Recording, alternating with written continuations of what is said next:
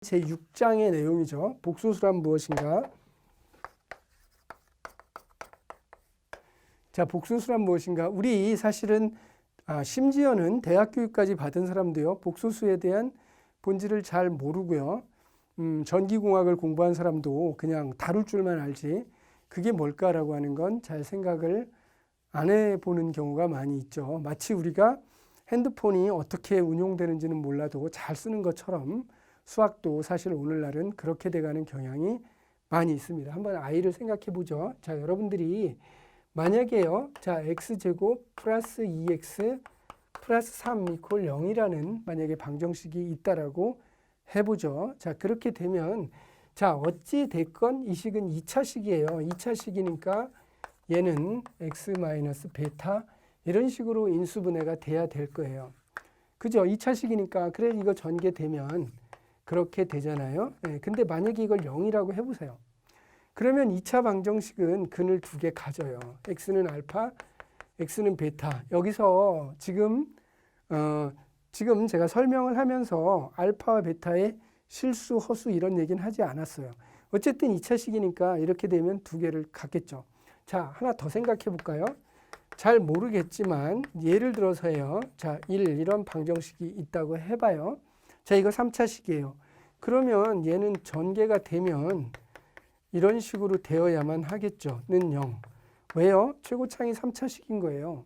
자, 그러면 이게 전개되면 3차 식이 돼야 되니까 만약에 얘를 0이다라고 하게 되면 x는 알파, x는 베타, x는 감마 이렇게 되어야만 하는 거예요. 다만 역시 마찬가지로 내가 알파, 베타, 감마가 뭐 실근이다, 허근이다 그런 얘기하지 않았어요. 자, 그럼 예를 들어 보자고요. 자, 그럼 우리가 당장 이거를 한번 생각해보고 이것도 같이 보도록 하죠. 자, 그럼 당장 이거를 본다. 그러면 여러분들에게 이걸 풀어봐라. 그러면 마이너스 2 이렇게 되고 x 플러스 1에 대한 제곱이고 마이너스 2 이렇게 되거든요. 그러면 두 개가 돼야 되잖아요. 지금 이 원리에 의해서.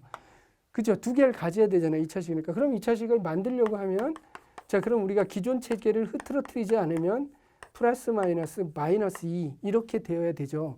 왜? 기존의 체계를 흐트러뜨리면 안 되잖아요. 그러면 x 플러스 1은 마이너스 1 플러스 마이너스 루트 마이너스 2 이런 식이 되죠.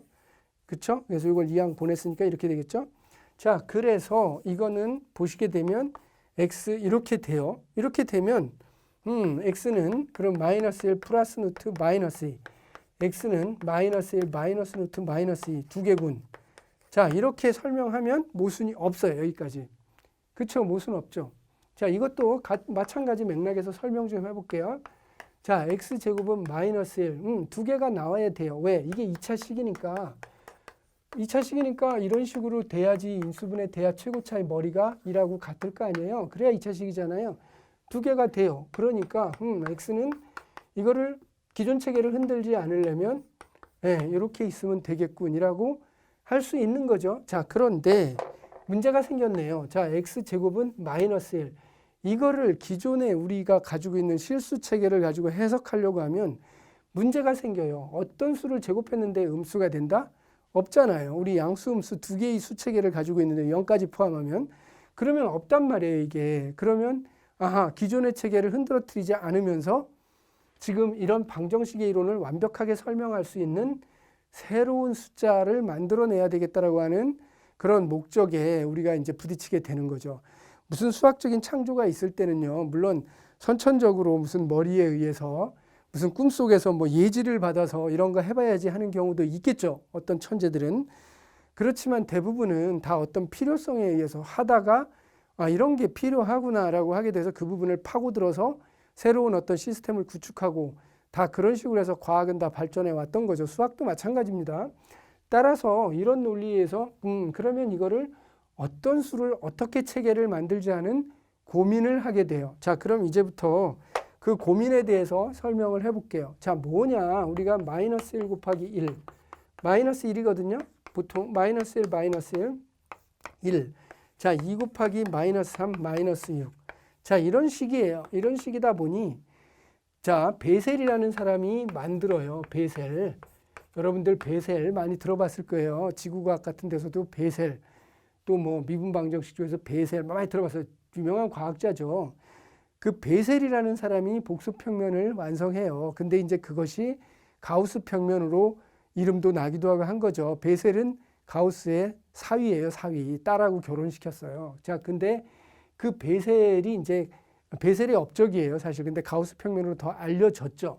자, 무슨 얘기를 하는 것이냐 이거예요. 자, 그러면 이거를 우리가 어떻게 설명할 거냐. 자, 그러면 우리가 수직선은 0을 기준으로 해서 음수는 이쪽에 배치, 양수는 이쪽에 배치 이거예요. 자, 그렇게 봤을 때 전부 다 음수는 이쪽에 배치, 양수는 이쪽에 배치. 그러니까 어떻게 얘기를 할 수 있냐면 요거를 이렇게 설명한 거예요. 자, 마이너스 1이라는 건 크기가, 여기 마이너스 1을 크기가 1이면서 기준을 여기로 잡고 각도는 파이, 즉 180도를 가지고 설명할 수 있고, 양수는 길이가 1이고 각도는 0도라고 해석을 할 수 있는 거예요. 0도 또는 360도 이렇게 돌아왔다라고 볼 수 있는 거죠. 그렇다면 수체계를, 그럼 이거는 그런 논리면 설명할 수 있을까? 옳거니 한번 생각해 보자는 거죠. 마이너스 1 여기 있어요. 마이너스 1 크기는 1이고 각도는 180이에요. 또 마이너스 1 크기는 1이고 각도는 180이에요. 이쪽을 보세요. 결과 크기는 1이고 각도는 360 0도예요. 이렇게 왔군. 자, 이것도 한번 생각해 보세요. 자, 그럼 이거는 자 크기는 2예요. 그럼 각도는 0도겠죠. 2 여기 썼어요. 쟤는 마이너스 3이에요. 크기는 3이고 각도는 180이에요. 결과 보세요. 크기는 6이고 각도는 180이에요. 자, 이쯤 가면 눈치 빠른 사람은 벌써 감을 잡는 거죠. 아, 그러면 수는 크기와 각도를 가지고 나타낼 수 있겠구나라고 하는 생각을 하는 거죠. 매우 천재적 발상입니다. 사실 일반인들이 이렇게 생각하지는 못했겠죠. 자, 그러면 이렇게 생각을 한다 그러면 이렇게 생각을 해볼 수 있겠죠. 자, 어떠한 수를 내가 뭐 마이너스 2 곱하기 3을 줬다. 자, 그럼 크기를 2로 주고 각도를 180 파이로 줄게요. 크기와 각도를 줄게요. 그럼 얘도 크기와 각도를 0도로 줄게요. 그러면 얘는 마이너스 6이거든요. 그럼 이걸 어떻게 표현할 거냐. 크기는 6으로 주고 각도는 파이로 주면 돼요. 그러면 이거는 숫자 길이는 곱하고 각도 길이는 더하면 되겠구나 라고 하는 생각을 하게 돼요. 자, 그러면 이 원리 갖고 다 설명되는 거죠. 자, 그래서 그러면 x제곱은 마이너스 1을 내가 지금 설명해야 되는 거예요. 자, 그럼 그럴 때 이걸 어떻게 설명할까? 지금 이 논리 체계를 흐트러뜨리지 않는다면 이렇게 가면 되겠죠. x는 크기가 있을 거야. 각도가 세타일 거야. 자, 명백하죠. 이게 있으면 이렇게 돼요. 그러면 두 번 곱하는 거예요, 얘를. 그러면은 이거는 이렇게 되겠죠. r 각도 세타, r 각도 세타. 네, 이게 보세요. 마이너스 1이에요. 크기는 1, 각도는 90이네요. 자, 마이너스니까 180이네요. 자, 180도죠? 마이너스 1. 이렇게 되는 거예요. 그랬더니 r제곱에 각도는 2세타예요. 자, 이게 크기는 1이고 180이에요. 자, 살펴보세요. 그러면 r제곱은 얼마가 돼야 되고 1이 돼야 되고 2세타는 뭐가 돼야 돼요? 180도가 돼야 돼요. 자, 근데 이걸 풀게 되면 r은 플러스 마이너스 1이지만 r은 크기를 나타내는 거니까 음수가 될 수 없죠. 그래서 r은 1이에요. 자, 그럼 세타는 몇 도예요? 90도예요. 90도. 2세타가 180이니까. 그래서 베셀은 이런 생각을 하게 된 거예요. 자, 옳거니 그러면 이렇게 생각하면 되겠구나. 자, 이쪽에다 실수를 배치하고 이쪽에다 이제 새로운 숫자를 배치하자. 근데 뭐예요? 제곱해서 마이너스 1 되는 숫자의 정체를 봤더니 크기는 1인데 각도는 90도예요. 그러니까 크기는 1인데 각도는 90도예요. 그러니까 여기다 배치를 한 거예요. 이게 i예요. 그럼 2i는 어떻게 되겠어요? 2i. 2배죠, 이거에. 그러니까 여기다 2i. 마이너스 i는 1, 2가서 대칭으로 잡은 거예요. 마이너스 i. 자, 반수라는 건 서로 대칭이잖아요. 우리가 2 더하기 마이너스 1이라는 게 0 나온다는 얘기는 얘랑은 서로 반대 숫자. 수직선의 반대 방향이 있기 때문에 서로 힘이 제로가 되는 거잖아요. 그것처럼 이렇게 정한 거예요. 우리는 이렇게 정한 것을 복소수까지 나타낼 수 있다라고 해서 복소평면이다라고 명칭을 칭하게 된 거죠. 이게 복소평면이에요. 자, 그렇다면 모든 수는 크기와 각도로 나타낼 수 있겠구나. 그렇죠. 근데 실수는 어떻다는 거예요? 세타가 반드시 0도하고 몇 도? 180도만 가지는 거예요. 복소수는요? 세타는 임의의 각을 가지는 거예요. 그러니까 복소수는 이렇게 되는 거죠. r이 있고 세타가 있는 거예요. 그러니까 이렇게 허공에 떠 있는 거죠. 이게 수직선이라면 수직선이 아닌 바깥에 떠 있는 거죠. 그런 숫자를 우리가 허수, 복소수 그렇게 불러요. 물론 복소수 속에는 실수가 들어가기는 합니다. 왜냐하면 세타가 0 또는 180이면 되니까요. 그렇게 해서 복소수는 탄생하게 된 거예요. 자, 그럼 복소수가 어떻게 해서 등장하게 됐는지 아셨죠? 사실 이 내용을 많이 모르고 있어요. 많은 사람들이 그냥 이걸로 그냥 바로 가죠. 뭐 x제곱은 마이너스 1 이런 수를 x는 플러스 마이너스 이렇게 쓰고 이걸 플러스 마이너스 i라 하자 이렇게 정의했다라고 그냥 모든 책들이 그렇게 시작을 해요. 그러니 정말 답답한 거죠. 왜요? 이런 걸 왜 정의해요? 그냥 없으면 안 쓰고 말면 되지. 그래서 당위성이 없잖아요. 이런 걸 만들어야 되는. 근데 아까 제가 도입 부분에 설명했던 것처럼 방정식은 어떻게 주어지든지 그쵸? 예, 2x 플러스 5로 주어지든 이렇게 주어지든 이건 인수분해 되면 분명히 x 마이너스 베타는 0이 될 수밖에 없잖아요. 왜? x제곱이니까. 두 개 있어야 되거든요. 그럼 두 개 있어야 되면 당연히 이런 숫자를 창조해 내야 되는 당위성에 부딪히게 되는 거죠. 자, 그 이유 때문에 복소수는 만들어졌고 i의 정체는 이렇게 해서 만들어지게 되었습니다. 자, 이 내용이 무엇보다 중요합니다. 자, 그러면 이제 이 내용을 바탕으로 책에 실려져 있는 내용들을 좀 더 설명을 해드리겠습니다. 자, 그러면 이제 i는 무엇인가, 복소수는 무엇인가, 여기 많은 설명들이 쭉 나오는데 충분히 설명되셨으리라고 생각을 합니다. 다음은 이제 복소수의 덧셈 뺄셈인데요. 자, 그럼 복소수의 덧셈 뺄셈인데 복소수의 덧셈 뺄셈은 자, 복소수. 자, 그러면 복소수는 아까 말씀드린 것처럼 이렇게 존재하는 수예요.